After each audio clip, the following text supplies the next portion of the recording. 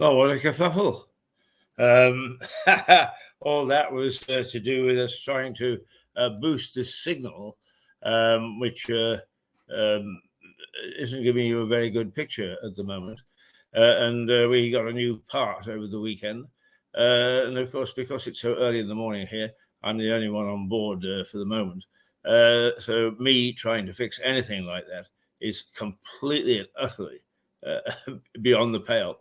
But that's what's happened. And I've tried to fix it. I don't think I have. I'll need to wait for our technical people who are technically proficient, to fix it for us. But for the moment, I will go ahead, and I'm sorry if you get a poor picture. We'll do our best to improve that, both throughout the day and most certainly throughout the week. So that's why we're late, and that's why you saw probably a little bit of a kerfuffle earlier, because we had to just pop it onto live to make sure that things were happening. All right, okay, let us take a look at the headlines, because it's a mixed bag again today. The Financial Times is again the lead paper, because the US hits Gazprom bank bosses as fresh sanctions focus on services. So, in other words, the Americans are getting heavily into the embargo situation, and they have gone for Gazprom, which Gazprom Bank. The way that things are structured in the eastern part of Europe is that quite often one entity owns an awful lot, and obviously Gazprom, which is the big gas producer, also has a bit of a say in the bank, Gazprom. So the Americans have started to throw sanctions at Gazprom in the attempt to bring President Putin to heel. Doesn't look as if they're having much success. Any of us are having much success with the embargoes. He's determined to press on and give the Ukraine a very bad time. The Metro, victory will be ours again. The Metro leads with Zelensky's moving rallying cry to the Ukrainian people as the world marked 77 years since the defeat of Nazi Germany. The Ukrainian president says that Putin is nothing more than a modern-day Hitler, a modern-day Nazi. And more and more people are joining that call. So whether they have any effect or not, heaven only knows. I suppose if I was a Russian, I would feel very keenly that if I was being dubbed a Nazi nation, that I'd want something done about it. The Daily Telegraph, Putin is mirroring the Nazis. Again, Zelensky's message is taken up by the UK Defence Secretary, Ben Wallace, and will be used in a major speech today. So they're marshalling the PR aspects is guess what you are. Oh, I say, the connection is fairly good.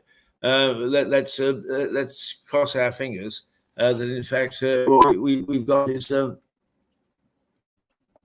something special.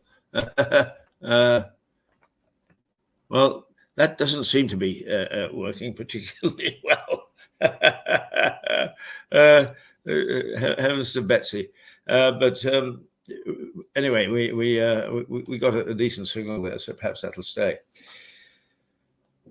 The Times. Bonfire of EU laws in a bid to boost the economy. A lot of the restricted laws on export, import, taxation, what you can sell, what you can't, is going to be scrapped. And the government, headed by Boris, has decided that they're going to do away with some of the red tape issues, some of the red tape laws, and so on, that we had to put up with during our time in the EU. And that this will actually give a great boost to the economy because it'll be easier to do business. Well, it is one step. I don't know that it's going to be enough on its own. The UK threatens to tear up the Brexit deal within weeks. Right. So, in other words, we spent 2 years negotiating an agreement with the EU, and now we're saying, bugger it. It is not exactly the sort of deal that we thought we should have. So now we're going to, in the light of everything that's happening, we're going to try and change it. And we're not going to say, I'm sorry. We're just going to get on with it. So there we are. The Daily Mail is rattled Starmer snubs the chance to clear the air. Now, I don't totally approve of all this. Did you take a beer or didn't you take a beer? But who am I to fight the establishment on this one? Boris has taken a pounding over his Christmas cake, and Keir is getting hammered because he had a beer at a party. The only thing that difference seems to be that Boris sort of said sorry and looked very hangdog, and everybody said, "Oh, is that enough?" But Starmer, his aides have tried to say he didn't do it. He didn't do it, Gov. So what we've got is a liar versus a cheat. So such is our politics at the moment, and the level of political leadership. It's the strangest thing. They are so into their bubble in Westminster that they've forgotten that there is a world outside begging for leadership. Yes, it is. It's begging for leadership. Let's adjust ourselves a little bit. I just want to feel a bit more comfortable. Damn it, it's breakfast time, isn't it? I had to get up, so you should get up. So Starmer was going to make a keynote speech today, and then actually take some questions from journalists, and that's all been called off while they go and they lick their wounds and decide what he should say and what he shouldn't say.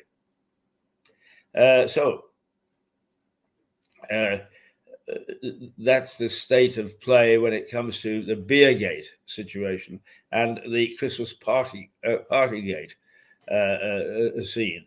The pot and the kettle as black as each other.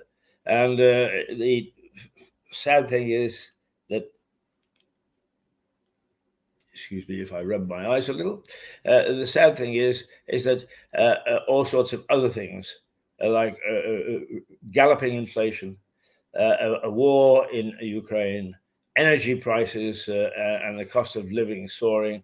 And what are we worrying about is whether he had a beer or not at a party at Christmas, or whether he, the other one, had an iced Christmas cake or birthday cake at Christmas. I mean, it just seems to me to speak volumes about the way that the people in elite, the people in power who work and live in a bubble are behaving, and who really gives a damn whether they had an illegal beer or an illegal cake.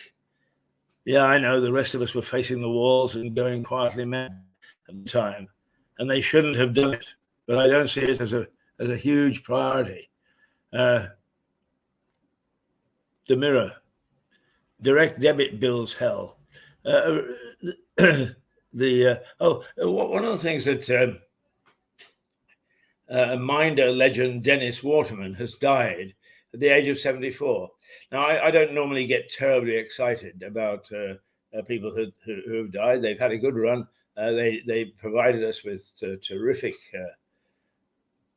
entertainment, and they were wonderful with their talents in their day. And now they've gone, just like the rest of us are going to go eventually.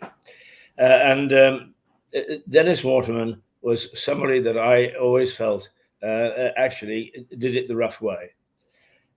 He was ignored for a long time, even though he played some very good parts. And he goes back yonks. He goes back to the 1960s when he played in the it wasn't the FBI, because that's American, but in one of the special agent things, and came through to star with Arthur Cole in Arthur, the car salesman who was up to every trick in the book, and he was his minder, and got taken from every sort of con that you could see coming. But there was, if you can catch it, and if they show it, Waterman did a terrific docudrama. He did it on the World Cup. Oh, you say, the World Cup football. Do we really need more docudramas on football? Well, this one was made some time ago. It's a true story, and it's the story of the first World Cup. Way back in the 1920s, when in this country we were absolutely gobsmacked if there was any sense of professionalism at all, is we wanted to stay amateur. On the continent, they went professional long before us, and they set up a World Cup, and they invited the UK to send a team. Well, the official FA declined. Thank you very much. But Sir Thomas Lipton, he of tea fame and fortune, offered to provide a team to take part in this tournament. And he was responding to a little boy's letter because he'd given out one of the Queen's Jubilees, that's Queen Victoria, he'd given out some free tea. And a little boy had written to thank him and had mentioned the football club in his hometown. So Lipton went to, or sent his envoy to these people and said, will you represent England in the World Cup? And they said, yes, of course. Without any suggestion he would help them financially. They flogged everything and went over to play in the World Cup. And it was just a mining town team, and they won it. They beat the best professionals that the continent could provide. And when they came back, then they were fated and so on. And then 4 years later, they went again, and they won it again. And there's a wonderful line in the last line of this docudrama, in which a little boy reads off the cup, and it says, to be held in perpetuity. And the little lad says to his father, what does in perpetuity mean, Dad? And his response is, forever, lad, forever. It's a wonderful story. Waterman, I believe, couldn't get anybody to produce it, so he produced it himself. It's a real winner. It's very well acted, very well put together, very well told. So if you get a chance to, I just can't remember what his name was. Anyway, minder Dennis Waterman, minor legend Dennis Waterman, has died. I had a reasonable innings, 74. It's not bad, and particularly since he was a bit of a hellraiser. Right, direct debit. This is what the real headline is from the Mirror. direct debit bills hell. What it's saying is the cost of living reports on the new energy shock faced by many families, and it carries the findings of a survey that suggests direct debit payments have at least doubled for 1 in 4 energy users. A finding money expert Martin Lewis says smells wrong. In other words, the energy companies are beginning to cover their ass by fiddling and farting around with direct debits, because I think direct debits are iniquitous anyway. I'm pretty sure, because I recognize the number, I've got one chasing me for a direct debit, and the direct debit has been set for God knows how long, but their computer says otherwise. And they eventually get through, and I get through, and I talk to them, and I explain, oh, that's perfectly all right. But it's not, because the computer goes wild again the next time around, which is ridiculous. The Daily Express, patients at risk. GPs cannot cope with workload pressures. And what they're suggesting is that the amount of activity, traffic that GPs have to face is just not as easy for them to handle as we would suggest when we say, well, you know, they've cut back and so on and so forth. I'm sure that there is that part of it, but we're really having a crisis. It's another crisis in the NHS and our ability to look after. I'm terribly sorry. I've got a bit croaky nowadays. The sun, it actually goes full blast. The sun it loves stuff. That means it doesn't get involved in criticizing the government at the moment. I wonder why that is. But you were so good for us, Dennis, it says. And in fact, he was right. He was a genuine actor. He didn't put on any airs or graces. He played what he plays best, and that is the East End boy. And he was in all sorts of TV productions. I don't know that he ever went to the big screen, but I agree with that. You were so good for us, Dennis, a star that I thoroughly supported. And the star, my favorite daily star, stays with its weather theme. The hottest summer ever is lined up, it says.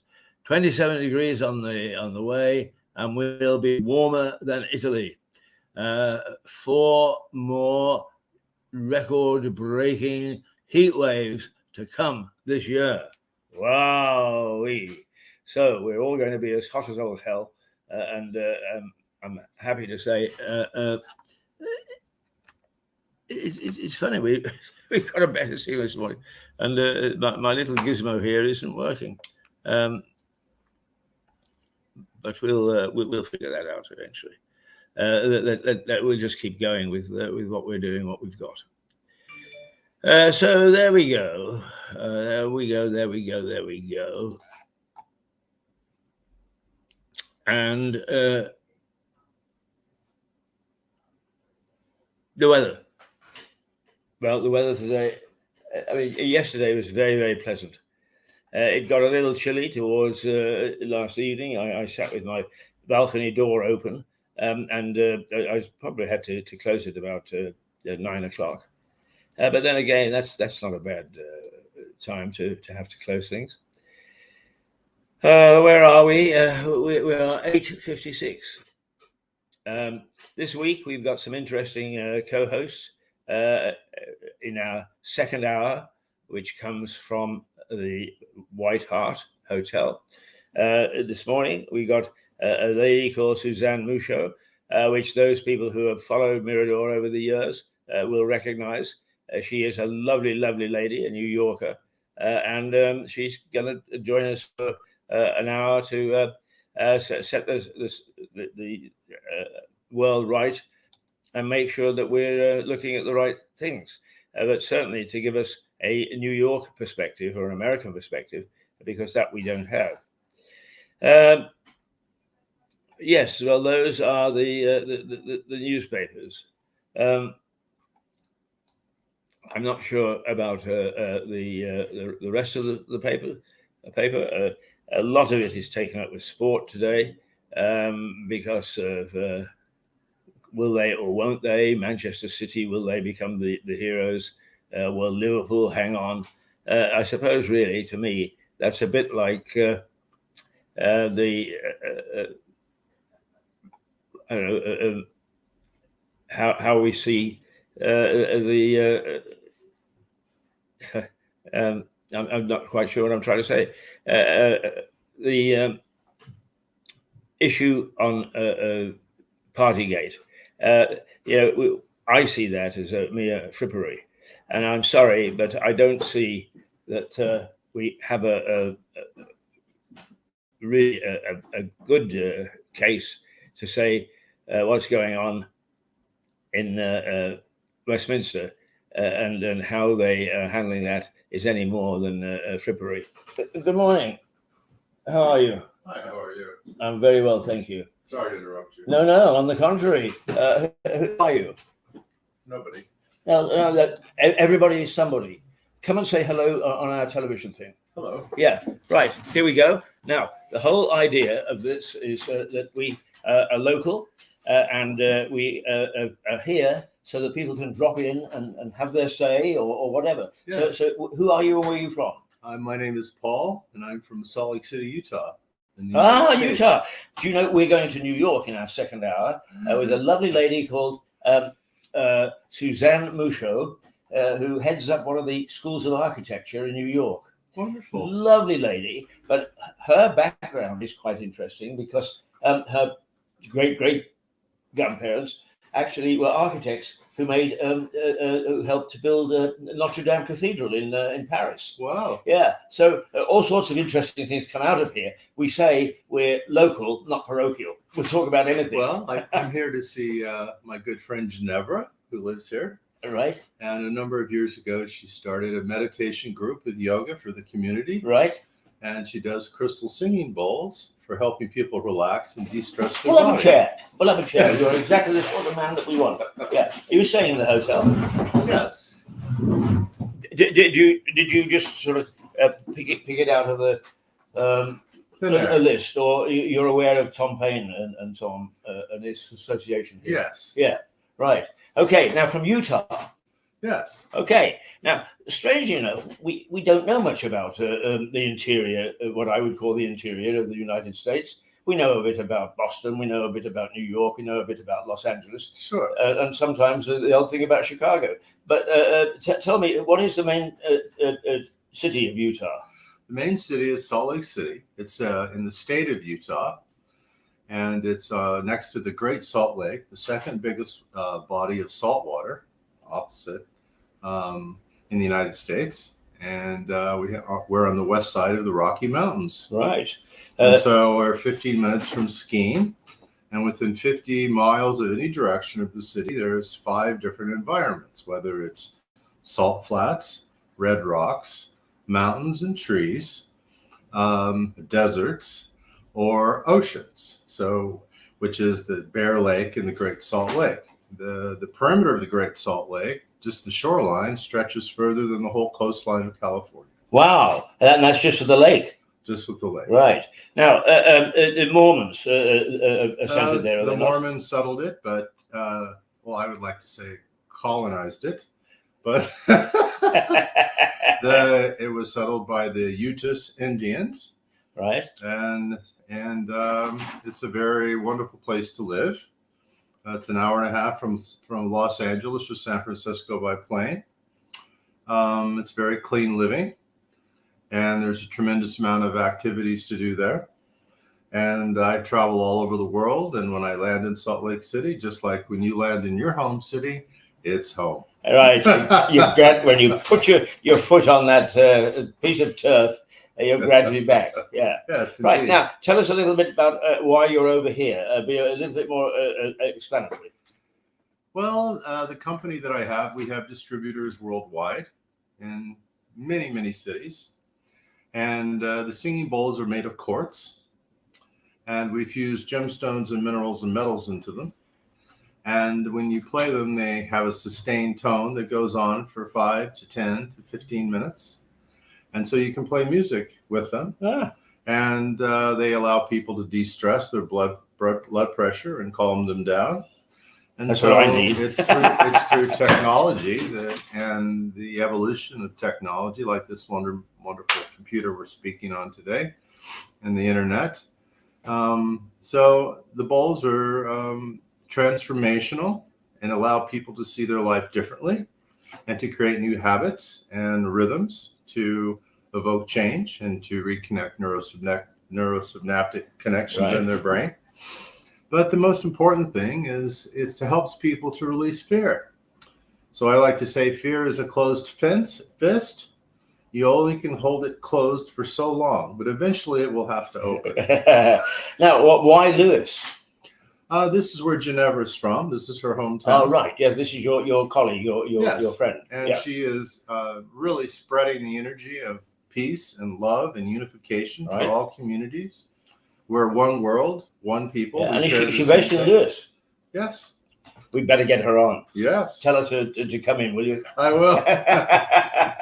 I mean, this town is quite remarkable in as much as there's nothing normal about it in any sense at all.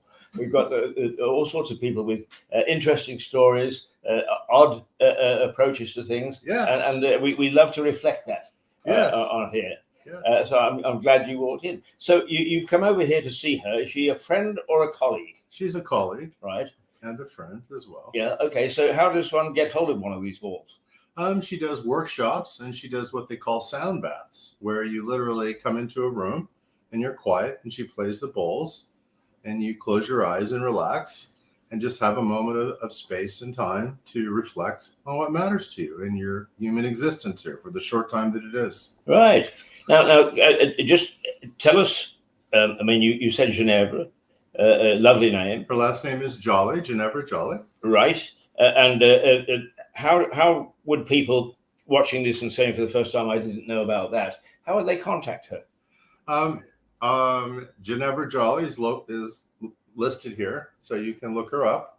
Right. And then she has a sound school. She teaches workshops, and she serves the community in philanthropic ways, in all kinds of ways. Yeah, and with children, with adults, and seniors. And you do this all over the world. Yes.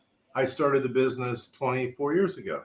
So you're the chief honcho. I'm one of them. It takes a pie to make it whole. That's sure. I'm 90% of the pie at the moment, but thank God I'm beginning to slice it up a bit more. Well, holding the space for everybody is important. So, right. And you started the business in the United States. But yes. Tell me, how have you sort of franchised it, or how have you got people doing it over here? Distributorships. So I manufacture the product in the United States, and then the wholesalers buy it and then do sound baths. You can go to soundbaths.com. It's very simple. It doesn't reflect any political construct or religion of any way. Right. It's very open. It's just using the sound and sustained tones to evoke change in the brain, alpha, theta, beta, gamma, and delta.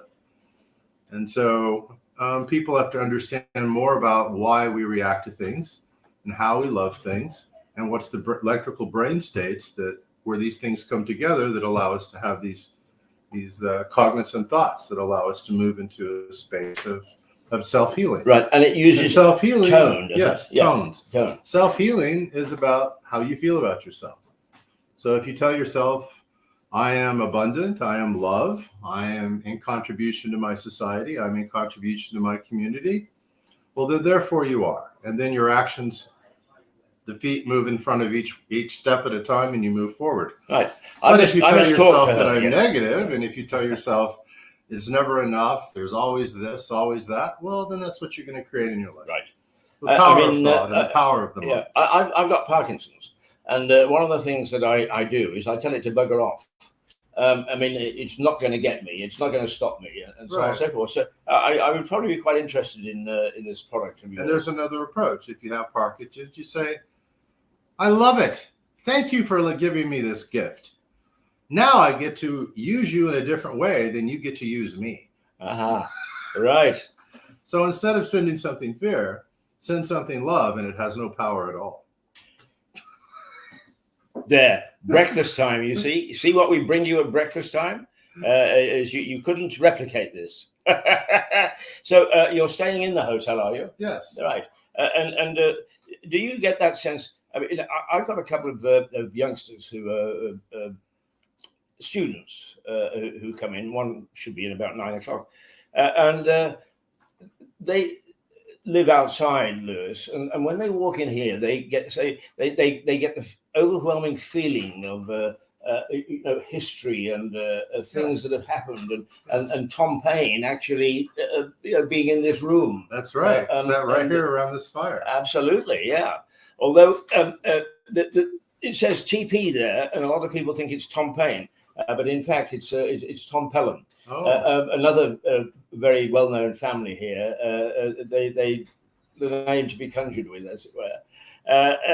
But nonetheless, a lot of things happened here. I mean, one of the things that was fascinating to one chap, he said, could I take a look? The wine cellar here was used as a dungeon to hold the martyrs. You know about the martyrs here, do you? The people that were burned at the stake for their religious beliefs. No, well, no. Just across the road, you can see it, is where Queen Mary, Bloody Mary, who was the first queen that we had, really, Mary the First, and she wanted to reconvert Britain back to Roman Catholicism after her father, Henry VIII, had instituted his own religion, as it were. But so fierce was the feeling in those days that those people that wouldn't comply were burned at the stake. And 17 of them were burned just across the road here. This was about 1500s. And some of them were held in this hotel before they were marched out and put up against the pole and a torch put to them. Wow. So there are a bit of, apart from Tom Paine, there are a few other things in this hotel that, which always brings people is there a ghost? and nobody can tell. There's the vibrations. There's the vibrations of them screaming, and the vibrations of them creating revolt that is stored in the beautiful wood here because it's crystalline structure, it's organic, and our sound waves, which are a force to be reckoned with. Once we say a word, it goes off into the universe, out through space and time. We can never stop sound. It's something that once we say it, it's out there forever. So indeed, those things are here in this place. Yes. And this is amazing. And to come in and feel them is even more amazing. And to reflect on your own life. What matters to you and what actions are you going to take to make a difference in the world? I'm not averse to anything you're saying at the moment. One side though is we have a newspaper. I review the newspapers each morning. And one newspaper, the Daily Star, is a frippery newspaper, but it does some nice things to. And the headline the other day was, "Please shut up," because if we make a lot of sound, if there is life out there that is hostile, it will know we're here and invade. So we've got to stop making noise so that they can hear us. Yes. I don't know if we want them to hear us or not.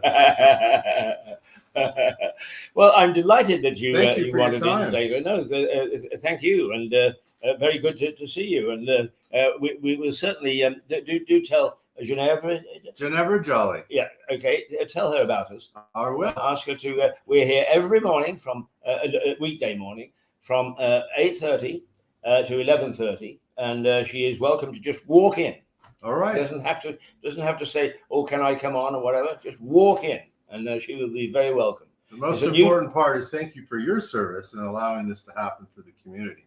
Well, that's this is amazing. Yeah, right. Have a wonderful life.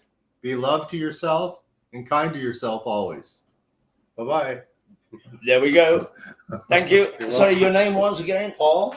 Utz, U-T-Z. U-T-Z. Yes. Right, Paul Utz. Thank you. Thank you. Nice to meet you. And your name was? Keith. Keith? Yeah. Nice to meet you, Keith. Well, there we go. This is all beginning to work very nicely. That was totally unplanned. A man from the United States here to push his product, but his product sounds very interesting. And there's a lady here who handles it, is his agent. So let's see if she comes on and gives us an example of this. Wow, a good start to Monday. I feel yes, a good start. I always worry about this signal at the moment. I've got something that's supposed to push it, and I don't know whether it is or it isn't. I'll need to get the techie boys, those who understand these things, onto the case I used to make. But certainly we're getting a better signal today than we have for quite some time. And I think I should probably check it. Why don't we? We normally try to take a breath around about now. And one of the things that I always do is I just go to the wonderful park that we've got here. And each time that you watch this, you'll see something different. So let's see if we can find the thing. It should be here. No, it's a nice Grange Park. Here we go.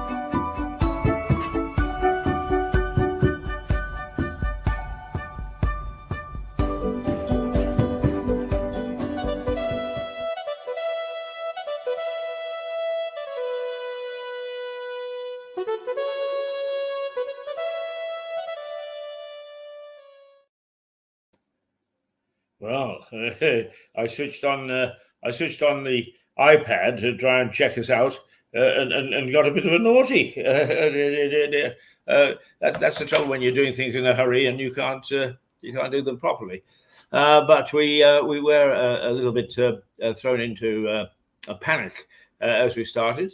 There we had an interesting chap, Paul Utz, and a very interesting product that he's got, and we hope that we'll get to see that and perhaps see a demonstration of it and how it all comes together. I don't normally wax lyrical about people who have died, who are famous. Well, I do if I really admire them. But one actor that I've always admired is Dennis Waterman, who has never tried to pretend that he's anything other than an East End lad. And he's done terrific work over the years. And he's died at the age of 74. And his big success was with Arthur Cole in A Minder. And he was an actor of consummate skill. And he started off by playing in the... I forget what the name of the program was, but it was back in days of black and white television, I'll tell you that. And he played a copper, and he didn't necessarily get stereotyped. He played a lot of different parts, and in one, he was a self-made millionaire, and he had a lovely housekeeper, and he would say to her, "Would you like a glass of sherry, Mrs. So-and-so?" And she would say, "Just the one, just the one." And just the one turned out to be several ones. and it was just a lovely, gentle show in which he played the altruistic boss of a company that had surprisingly made lots of money. It's 9:17 for those people who are interested. It's going to be another good day. The first part of this week is going to be good, and then we're going to get some rain back. But according to my beautiful star, Daily Star, we're going to have the hottest summer ever. It says, slap on that sun cream. The nation is set for 5 heat waves that will spell the hottest summer ever, with the first taking the mercury to 27 degrees in a matter of days. So we're going to get all heated up, all hot in a matter of days. And to be quite honest with you, with all the other headline misery in the other papers, is just to get the star and to find just a different viewpoint about what's going on in the world is absolutely terrific. Absolutely terrific. So there we are, the hottest summer ever, according to the Star. And it's warm enough out there today. I came into town yesterday and spent a couple of hours, happy hours, with 2 friends, David and Janet Evans, who I've known for 20 or odd years, and we like getting together from time to time. But it was so warm that David and I fell asleep in mid-conversation and thoroughly enjoyed ourselves as we went along. This coming week, we've got some interesting people on. We're going to have people who will co-host.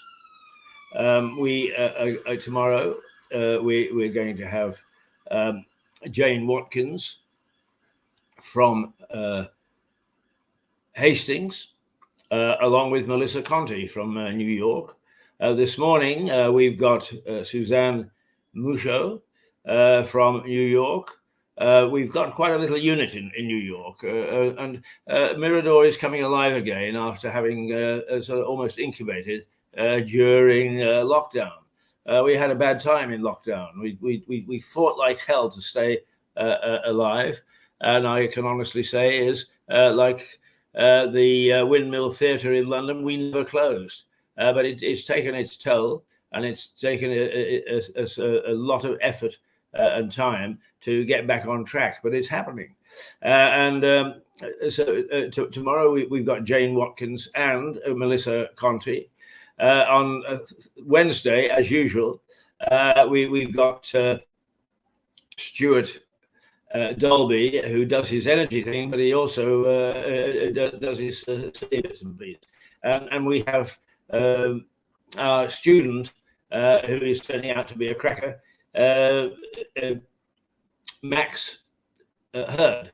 And so that takes us to Thursday, when we will have, I can't remember who, but we've got another couple of guest people. And along that, tomorrow we have Fergus Wood with the wine, and we are working towards trying to get Fergus to do at least one a month, if not more, live from here. So you can come in and you can taste his wines, and you can buy them too. And the same thing with Andrew Sloan, who also guests for us. And Andrew is the hairdresser, the barber. He says, "I'm not a hairdresser, I'm a barber." And he runs Grizzly's Barber Shop, which is down in the... we were talking yesterday, we should start calling it, I think we decided on the Little Lewis, which is around Market Street, and the needle makers and the flea market and that sort of little area there that is a bit like Carnaby Street. So why not? Why not indeed? Where are we? 9:22. It's 9:22, and it's been a busy morning, particularly since I started late, having tried to do all sorts of silly things. But here we go. Here we go. Here we go. Here we go. As they say, we are looking at the moment at the newspaper front pages. They range across a whole host of things. The Daily Express, it highlights the fact that doctors and nurses and frontline staff can't cope with the workload that they've got. Now, this may be partly it, but I also think that if we're talking about reform, the NHS needs to be desperately reformed. It's become a monolithic bureaucracy, and that can't be in the organisation that tries to look after us, to keep us healthy and to patch us up when we're not. Shouldn't be subject to the sort of bureaucracy that it is, and that it badly needs reform. We've got good doctors in the main, we've got good nurses, we've got good frontline staff. Let's put it this way: more good than bad. But the systems that keep coming in and being brought in just don't work. And with more and more people, particularly with the immigrant problem at the forefront of our thinking and of our lives, as we get more and more people, so the system does creak, creak, creak, creak. So the Daily Express is actually highlighting that. Something that I've hated for years, and I wage my only one-man campaign against it, and that is the direct debit.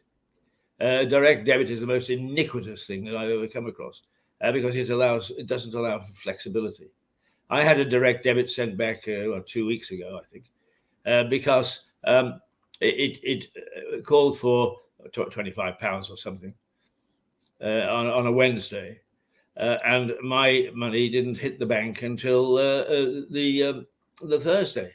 Didn't matter. The computer didn't care. With direct debit, it just takes it, bounces it, sends it back, charges you 25 quid, and once again, you feel like an idiot. Well, that is not good enough. It is not good enough. We need the flexibility that was given to us by bank managers. Should we go back to bank managers? I don't know. Perhaps that is a retrograde step. But we can't keep on the way that we are at the moment, where every decision is made by a computer, which is quite inflexible. Quite inflexible. And it makes you feel like an idiot. It makes you behave like an idiot. And all in all, this dreadful thing called a credit check, which is another thing I would do away with. Credit check. Who has a right to decide? Who knows how you handle your own finances? But no, we've got to measure them against some criteria that can appear in a computer. Damn those computers. Yes, okay. I couldn't be talking to you now if it wasn't for a computer system. Of course, it's not all bad. But we can't just institute a computer system and leave it. And that's what happens. In the case of the NHS, their computer still sends out letters saying you've got an appointment on January the 7th. The trouble is that what you're doing is you're reading it on January the 8th. And the computer doesn't recognize that it's done anything wrong. So we get knocked sideways, and just with the silliness of it. Reform. The establishment hates the word reform. 9:27. We're almost through for the morning. An interesting morning. We've reviewed the papers. We've taken a look at things, and now we are very much ready to say toodle pip for this hour, and then we will be in the next hour. We'll be good morning, and we'll be going to New York and a little chat with our colleague Suzanne Mucho, and she's a lovely lady indeed. So I hope that you've enjoyed. We had a couple of guests wander in. I had no idea that they were coming. A nice little chat. A gentleman from Utah who had a very interesting product, and which is available here, and which apparently makes you feel great. I'm all for that. I'm all for that. Power of positive thinking. So let's just can we take a look at something else? Surely we can, can't we? Yes, I'm sure that we can. And it's this one. Immediately comes good. Many roads must a man walk down before you call him a man? How many seas must a white dove sail before she sleeps in the sand? Yes, and how many times must the cannonballs fly before they're forever banned? The answer, my friend, is blowing in the wind. The answer is blowing in the wind. Yes, and how many years must a mountain exist before it is washed to the seas? And how many years can some people exist before they are allowed to be free? Yes, and how many times can a man turn his head and pretend that he just doesn't see? The answer, my friend, is blowing in the wind. The answer is blowing in the wind. Yes, and how many times must a man look up before he can see the sky? And how many ears must one man have before he can hear people cry? Yes, and how many deaths will it take till he knows that too many people have died? The answer, my friend, is blowing in the wind. The answer is blowing in the wind.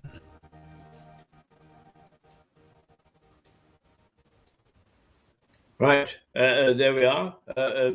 Words by Bob Dylan, voice by Hayes, but I think evocative, and saying war is pointless, war is useless. If only Mr. Putin and others who are bellicose would listen. It is 9:30. We're going to say goodbye for a little while, and we'll be back in about 10 minutes. So for the moment, and I just checked on the picture, and it's not good, but it's not bad either. So we are getting there bit by bit. Toodles.